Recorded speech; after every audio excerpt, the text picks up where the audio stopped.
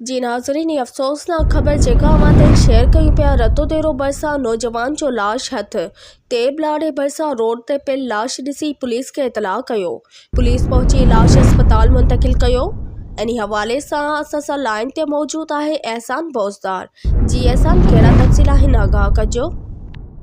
जी सना, बिल्कुल ॿुधाईंदो हलां त हथ आयल लाश जी सुञाणप ॻोठ आबाद भुट्टो रवासी बबलो उर्फ़ गुल मोहम्मद शेख तौर थी आहे।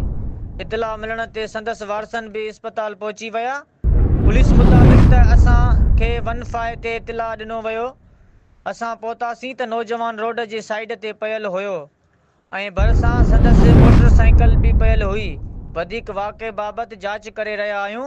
उन मौक़े ते मुबीना तौर फ़ौती नौजवान जे मामे जो चवणु हो त असांजे कंहिं सां बि का दुश्मनी नाहे।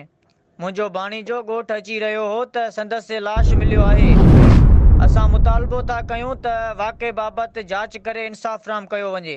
जी